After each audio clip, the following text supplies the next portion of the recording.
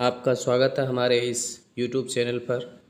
हम आपको आज इस वीडियो के माध्यम से Uttar Pradesh junior high school प्रधानाध्यापक एवं सहायक अध्यापक भर्ती परीक्षा 2021 के विज्ञान विषय के बारे में मैं बताऊंगा। कुछ महत्वपूर्ण क्वेश्चन जो हमेशा आपके परीक्षा में पूछे जाते हैं। ठीक है, तो आज मैं आपको विज्ञान विषय के भौतिक विज्ञान के कुछ महत्वपूर्ण क्वेश्चन को हम इस वीडियो में लेकर आए हैं। ठीक है, और इस वीडियो के माध्यम से हम आपको यूपी टेट, सी टेट और एस्टेट से संबंधित महत्वपूर्ण क्वेश्चंस को के बारे में हम आपको बताते रहेंगे। आप अगर हमारे चैनल पर नए हैं तो आप हमारे चैनल को सब्सक्राइब करिए, लाइक करिए और अपने दोस्तों के साथ शेयर करिए। तो चलिए हम आपको आज मैं विज्ञान विषय के भौतिक विज्ञान में पहला क्वेश्चन के पर लेकर चलते हैं। ठीक है देखिए, पहला क्वेश्चन आपका कि प्रदीप्ति तीव्रता की एसआई इकाई है। प्रदीप्ति तीव्रता की एसआई इकाई है। तो देखिए, इसमें 4 ऑप्शन दिए गए हैं। पहला ऑप्शन है रेडियन, दूसरा ऑप्शन है मोल, तीसरा ऑप्शन है कैंडेला, चौथा ऑप्शन है आपका एम्पियर। तो प्रदीप्ति तीव्रता का जो एसआई मात्रक होता है वो आपका क्या होता है, और सबसे आसान है ये होता है आपका प्रदीप्ति तीव्रता का जो एसआई मात्रक होता है कैंडेला होता है। क्या होता है? कैंडेला होता है। तो ये रहा आपका कैंडेला। ठीक है, दूसरा क्वेश्चन आपका कि एक फेम्टोमीटर तुल्य है। एक फेम्टोमीटर तुल्य है। तो देखिए, एक फेम्टोमीटर जो तुल्य होता है 10⁻⁻15 मीटर के तुल्य होता है। तो इसका ऑप्शन क्या हो जाएगा? डी सही हो जाएगा। ठीक है, उसके बाद है आपका कि हर्ट्ज क्या मापने की यूनिट है। हर्ट्ज क्या मापने की यूनिट है। मैं आपको जल्दी जल्दी आंसर ही बताऊंगा ताकि कम समय में आपको अधिक से अधिक क्वेश्चन की तैयारी हो सके। ठीक है, तो इसका क्या होगा कि हर्ट्ज क्या मापने की यूनिट है? तो ये तरंगों की आवृत्ति मापने की यूनिट है। तो इसका ऑप्शन बी सही हो जाएगा। क्या हो जाएगा ऑप्शन इसका? बी सही हो जाएगा। ठीक है, नेक्स्ट जो आपका चौथा क्वेश्चन है आपका क्या कह रहा है कि सूची एक को सूची सेकंड से सुमेलित करें तथा दिए गए पुट का प्रयोग करके सही उत्तर चुनिए। तो देखिए, सबसे पहले क्या आपका त्वरण क्या है? त्वरण है। त्वरण में क्या करना? देखिए, त्वरण का सबसे पहले हम मिलाएंगे यहाँ पर। त्वरण का जो यूनिट होता है हमारा क्या होता है? मीटर पर सेकंड स्क्वायर। ठीक है, बल का यूनिट होता है न्यूटन। ठीक है, कृत कार्य का यूनिट होता है जूल। आवेग का होता है न्यूटन सेकंड। अब आपको देखना है कि इसके चारों ऑप्शन में कौन सा सही है। ठीक है, इसके चारों ऑप्शन में कौन सा ऑप्शन सही है। ठीक है, जो इसमें हमने मिलाया है तो देखिए, इसमें जो है आपका सी यानी कि डी ऑप्शन सही होगा। कौन सा सही होगा? ऑप्शन डी सही होगा। क्या होगा? डी सही होगा। और डी में आप निशान लगाइए, यानी ऑप्शन जो होगा इसका डी सही हो जाएगा। ठीक है, उसी तरह से है आपका पांचवा क्वेश्चन है, सूची फर्स्ट को सूची सेकंड से सुमेलित कीजिए तथा नीचे दिए गए कूट का प्रयोग करके सही उत्तर चुनिए। तो इसका जो आंसर होगा, देखिए, वाट जो होता है किसका होता है? शक्ति का होता है। वाट किसका होता है? शक्ति का होता है। तो वाट को आप शक्ति से मिला दीजिए। ठीक है, और जो नॉटिकल नॉट होता है ये किसका होता है? नॉट जो होता है आपका किसका होता है? ये नॉट होता है समुद्री जहाज़, यानी ये हो जाएगा। इसमें समुद्री जहाज़ की गति को मापने के लिए क्या आता है? और नॉटिकल मील जो होता है ये आपको क्या होता है? नौ संचालन के लिए होता है। किसके लिए होता है? नौ संचालन की गति को। और तीसरा कैलोरी ऊष्मा। कैलोरी जो होता है किसका होता है? ऊष्मा का होता है। तो इस तरीके से आपका जो होगा इसमें कौन सा ऑप्शन सही हो जाएगा? ऑप्शन इसका हो जाएगा सी सही हो जाएगा। ऑप्शन कौन सा सही हो जाएगा? इसका सी हो जाएगा। तो देखिए, इसमें आप लगा दीजिए सी में आप। ठीक, उसके बाद है आपका 1 माइक्रोन बराबर है। 1 माइक्रोन बराबर है 1/10 मिलीमीटर, 1/100 मिलीमीटर, 1/1000 मिलीमीटर।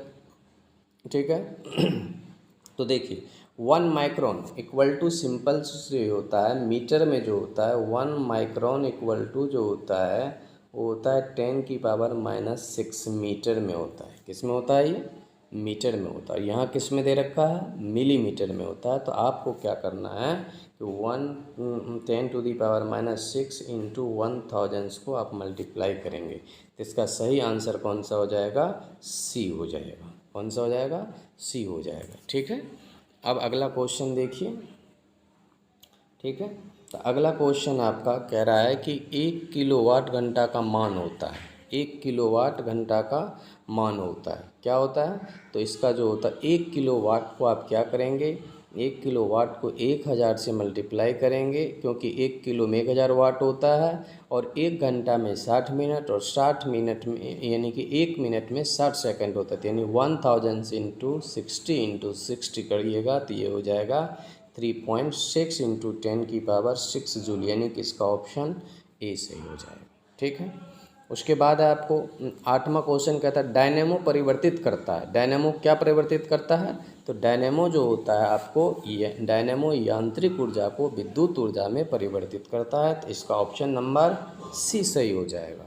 और ये सभी क्वेश्चन महत्वपूर्ण है जो कि आपको अक्सर एग्जाम में आते हैं। ठीक है, अब आपका अगला क्वेश्चन है 9, जिसमें क्या कह रहा है, देखिए कि निम्न में कौन सी धातु रोशनी के बल्बों में फिलामेंट के रूप में प्रयोग होती है। निम्न में कौन सी धातु रोशनी के बल्बों में फिलामेंट के रूप में प्रयोग होती है। तो ये तो बहुत ही आसान है, जो आप सभी जानते होंगे। इसका है टंगस्टन। क्या है, टंगस्टन। ठीक है, उसके बाद है आपका कि आप नेक्स्ट क्वेश्चन में आपस में जुड़ी दो आवेशित वस्तुओं के बीच विद्युत धारा नहीं प्रभावित होती यदि वे हों समान विभव के। इसका ऑप्शन हो जाएगा आपका डी। क्या हो जाएगा ऑप्शन, इसका ऑप्शन हो जाएगा डी, क्योंकि जिसमें समान विभव होता है ये हो जाएगा समान विभव पर। ठीक है, उसके बाद क्वेश्चन आपका नेक्स्ट क्वेश्चन है सामान्य ट्यूबलाइट में कौन सी गैस होती है। सामान्य ट्यूबलाइट में कौन सी गैस होती है, तो देखिए सामान्य ट्यूबलाइट में जो गैस होती है वो क्या होता है, आर्गन के साथ मरकरी वेपर होता है। आर्गन के साथ मरकरी वेपर होता है। ठीक है, तो नेक्स्ट क्वेश्चन पे चलते हैं कि ट्रांसफार्मर प्रयुक्त होते हैं। ट्रांसफार्मर किस चीज़ में प्रयुक्त होते हैं, तो देखिए ट्रांसफार्मर जो प्रयुक्त होता है वो क्या करता है, ट्रांसफार्मर एसी वोल्टेज का उपचयन या अपचयन करने के लिए किया जाता है। किस चीज़ के लिए प्रयुक्त किया जाता है ट्रांसफार्मर का, एसी वोल्टेज का उपचयन या अपचयन करने के लिए किया जाता है। ठीक है, नेक्स्ट क्वेश्चन है प्रत्यावर्ती धारा किसके लिए उपयुक्त नहीं है। प्रत्यावर्ती धारा किसके लिए उपयुक्त नहीं है, तो इसको देखिए प्रत्यावर्ती धारा जो होता है यानी कि डीसी होता है, और ये किसके लिए उपयुक्त नहीं, तो स्टोरेज बैटरी को चार्ज करने हेतु। किसके लिए, स्टोरेज बैटरी को चार्ज करने के लिए। इसलिए इसका ऑप्शन क्या हो जाएगा, ए सही हो जाएगा। क्योंकि आपको पता होगा कि सभी जो चार्जर होते हैं जो उसमें क्या होता है, रेक्टिफायर होता है, क्योंकि ये डायरेक्ट एसी से आपको कनेक्ट नहीं होता है। जो रेक्टिफायर होता है चार्जर, मोबाइल चार्जर वगैरह सब आप यूज़ करते हैं, तो मोबाइल चार्जर में क्या होता है कि रेक्टिफायर लगा होता है जो एसी को डीसी में कनेक्ट करता है। ठीक है, एसी को क्या करता है, डीसी में कनेक्ट करता है। ठीक है, एसी को डीसी में कनेक्ट करता है। नेक्स्ट क्वेश्चन है आपका कि डैश काम की वह मात्रा है जो तंत्र प्रति एकक समय में कर सकता है। तो ये क्या है आपका, संवेग की प्रवाह। क्या है ये, संवेग की प्रवाह। अगला क्वेश्चन आपका कि रबर से स्टील अधिक लचीला होता है क्योंकि, रबर से स्टील अधिक लचीला होता है क्योंकि प्रतिबल का विकृति से अनुपात अधिक होता है। क्या होता है कि रबर से स्टील जो अधिक होता है क्योंकि प्रतिबल का विकृति से अनुपात अधिक होता है। तो इसलिए इसका ऑप्शन क्या हो जाएगा, सी सही हो जाएगा। इसका ऑप्शन क्या हो जाएगा, सी सही हो जाएगा। अब नेक्स्ट क्वेश्चन है कि एक कार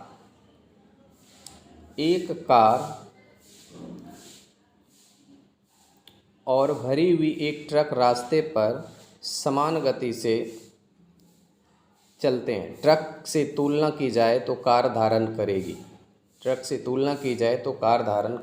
कम गतिज ऊर्जा। क्या करेगी, कम गतिज ऊर्जा। ठीक है, नेक्स्ट क्वेश्चन आपका कि वायु का वेग निम्नलिखित में से किसमें सबसे अधिक होता है। वायु का वेग निम्नलिखित में से किसमें सबसे अधिक होता है, तो ये टॉर्नेडो में सबसे अधिक होता है। तो इसका ऑप्शन क्या हो जाएगा, डी सही हो जाएगा। टॉर्नेडो में सबसे अधिक होता है, टॉर्नेडो में सबसे अधिक होता है। ठीक है, उसके बाद है ऊर्जा संरक्षण का आशय है कि, ऊर्जा संरक्षण का आशय है कि, तो देखिए ऊर्जा का ना तो सृजन हो सकता है और ना ही विनाश हो सकता है। तो इसका ऑप्शन क्या हो जाएगा आपका, ऑप्शन हो जाएगा आपका डी सही, कि ऊर्जा का ना तो उत्पन्न सृजन हो सकता है और ना ही विनाश हो सकता है। ठीक, नेक्स्ट क्वेश्चन है आपका कि एक ट्रेन जैसे ही चलना आरंभ करती है उसमें बैठे यात्री का सिर पीछे की ओर झुक जाता है, उसमें बैठे यात्री का सिर पीछे की ओर झुक जाता है। ठीक है पीछे की ओर झुक जाता है, तो क्या होगा, स्थिरता जड़त्व के कारण, गतिज जड़त्व के कारण। ठीक है, और कह रहा है जड़त्व आघूर्ण, द्रव्यमान का संरक्षण, तो क्या हो जाएगा इसका, स्थिरता जड़त्व के कारण होता है। किसके कारण होता है इसका, स्थिरता जड़त्व के कारण होता है। किसके कारण होगा, तो इसका ऑप्शन ए सही होगा, यानी स्थिरता जड़त्व के कारण होता है। ठीक है, नेक्स्ट क्वेश्चन है आपका, जो त्वरण ज्ञात करने का सही सूत्र कौन सा होता है। तो त्वरण ज्ञात करने का जो सही सूत्र होता है A=v-u/t, यानी v जो होता है इसमें अंतिम वेग होता है, u प्रारंभिक वेग होता है, a त्वरण हो गया, t समय हो गया। ठीक है, नेक्स्ट क्वेश्चन है, निम्न में कौन सी यांत्रिक तरंग है, निम्न में कौन सी यांत्रिक तरंग है। तो देखिए इसमें यांत्रिक तरंग जो होता है, ध्वनि तरंग जो होता है, क्या होता है, यांत्रिक तरंग होता है। ध्वनि तरंग क्या होता है, यांत्रिक तरंग होता है, इसलिए इसका ऑप्शन जो होगा डी सही हो जाएगा। उसके बाद है नेक्स्ट क्वेश्चन, दीर्घ रेडियो तरंग है पृथ्वी की किस सतह से परावर्तित होती है, पृथ्वी की किस सतह से परावर्तित होती है। तो ये क्या हो जाएगा आपको, कि ये जो परावर्तित होता है आयनन मंडल से होती है। किससे होती है, आयनन मंडल से परावर्तित होती है। ठीक है, नेक्स्ट क्वेश्चन है, कौन सी तरंग है शून्य में संचरण नहीं कर सकती है, कौन सी तरंग है शून्य में संचरण नहीं कर सकती है। तो ध्वनि तरंग है शून्य में संचरण नहीं कर सकती है, इसलिए इसका ऑप्शन क्या हो जाएगा, सी सही हो जाएगा। ठीक है उसके बाद है नेक्स्ट क्वेश्चन, कॉस्मिक किरणें आवेशित कण है, अनावेशित कण है, अनावेशित कण है और उपयुक्त में से कोई नहीं। तो कॉस्मिक किरणें जो होता है आवेशित कण है, इसलिए ऑप्शन इसका ए सही हो जाएगा। ठीक है उसके बाद है आपका कि दो उत्तरोत्तर सुरंग अथवा दो उत्तरोत्तर गर्त के बीच की दूरी को क्या कहते हैं। दो उत्तरोत्तर सुरंग अथवा दो उत्तरोत्तर गर्त के बीच की दूरी को क्या कहते हैं। तो इसे क्या कहते हैं, तरंग दैर्घ्य यानी वेवलेंथ कहते हैं। क्या कहते हैं इसे, तरंग दैर्घ्य यानी वेवलेंथ कहते हैं। नेक्स्ट क्वेश्चन आपका कि सौर विकिरण निम्न में से किस परास में दिखता है। सौर विकिरण निम्न में से किस परास में दिखता है। तो ये 400 से 700 नैनोमीटर के बीच में दिखता है। ठीक है, तो इसका ऑप्शन क्या हो जाएगा, बी सही हो जाएगा। ठीक उसके बाद है दृश्य प्रकाश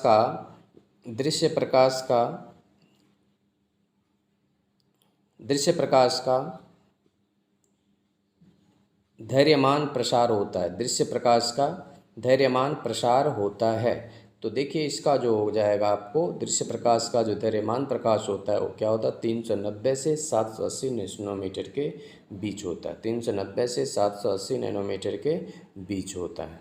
देखिए उसके बाद क्या है कि निम्न में से कौन सा कथन सत्य है। निम्न में से कौन सा कथन सत्य है। तो देखिए इसमें निम्न के पहला है प्रकाश का वेग अधिक होता है, ध्वनि का वेग सबसे अधिक होता है, आकाशीय पिंडों का वेग सबसे अधिक होता है, रॉकेट का वेग सबसे अधिक होता है। तो इसका क्या हो जाएगा आपको कि प्रकाश का वेग सबसे अधिक होता है, यानी इसका ऑप्शन जो है पहला ए सही हो जाएगा। ठीक, अगला क्वेश्चन है प्रकाश का शून्य अवकाश में वेग का अनुपात होता है। प्रकाश का शून्य अवकाश में वेग का अनुपात होता है, तो कितना होता है इसका, और जो होता है 3 × 10⁸ मीटर पर सेकंड होता है। नेक्स्ट क्वेश्चन है प्रकाश की गति किसके बीच से जाते हुए न्यूनतम होगी। तो प्रकाश की गति किसके बीच से जाते हुए न्यूनतम होगी, तो ये कांच के बीच से जाते हुए न्यूनतम होगी। ठीक है, उसके बाद है क्वेश्चन आपका कि सूर्य के प्रकाश को धरती की सतह पर पहुंचने में लगने वाला समय है लगभग कितना होता है, तो ये होता है 8.5 मिनट होता है। कितना होता है, 8.5 मिनट होता है। ठीक है, और उसके बाद नेक्स्ट क्वेश्चन है आपका कि संवहन द्वारा ऊष्मा का स्थानांतरण हो सकता है। संवहन द्वारा ऊष्मा का स्थानांतरण हो सकता है ठोस, ये गैस एवं द्रव में। गैस, तो ऑप्शन इसका क्या हो जाएगा, सी, गैस एवं द्रव में संवहन द्वारा जो ऊष्मा का स्थानांतरण हो सकता है वो किसमें होता है, गैस एवं द्रव में, और इसलिए इसका ऑप्शन जो है सी सही हो जाएगा आपका। ठीक है, और अगला क्वेश्चन जो है आपको नेक्स्ट क्वेश्चन है कि कितना तापमान होने पर पाठ्यांक सेल्सियस और फ़ारेनहाइट तापमापियों में एक ही होंगे। और ये क्वेश्चन आप सबसे ज़्यादा याद रखिएगा, क्योंकि हमेशा ये एग्ज़ाम में अक्सर ये तमाम एग्जाम एसएससी हो, सीटेट हो, यूपी टेट हो, एसटेट हो, बी टेट हो, ये सभी में पूछे जाते, पीजीटी, टीजीटी, ये सभी में अक्सर ये पूछे जाते हैं कि किस तापमान पाठ्यांक पर सेल्सियस और फ़ारेनहाइट तापमापियों में एक ही होंगे। तो देखिए इसमें सबसे जो आसान है ये क्या हो जाएगा इसके, कि इसका हो जाएगा -40 डिग्री पर होता है। क्या होता है कि इसमें सेल्सियस और फ़ारेनहाइट दोनों का जो होता है पाठ्यांक जो होता है समान हो जाता है। ठीक है, उसके बाद है आपका जो इस वीडियो का लास्ट क्वेश्चन है ये, और आप ध्यान में रखिएगा कि एक स्वस्थ मनुष्य के शरीर का ताप होता है, एक स्वस्थ मनुष्य के शरीर का ताप होता है 37 डिग्री सेल्सियस हो सकता है। कि देखिए डिग्री सेल्सियस है, बाकी क्या है 98.4 डिग्री सेल्सियस में, जबकि ये फ़ारेनहाइट में होता है, ये केल्विन में दे रखा है, ये डिग्री फ़ारेनहाइट, इसलिए इसका ऑप्शन ए सही हो जाएगा।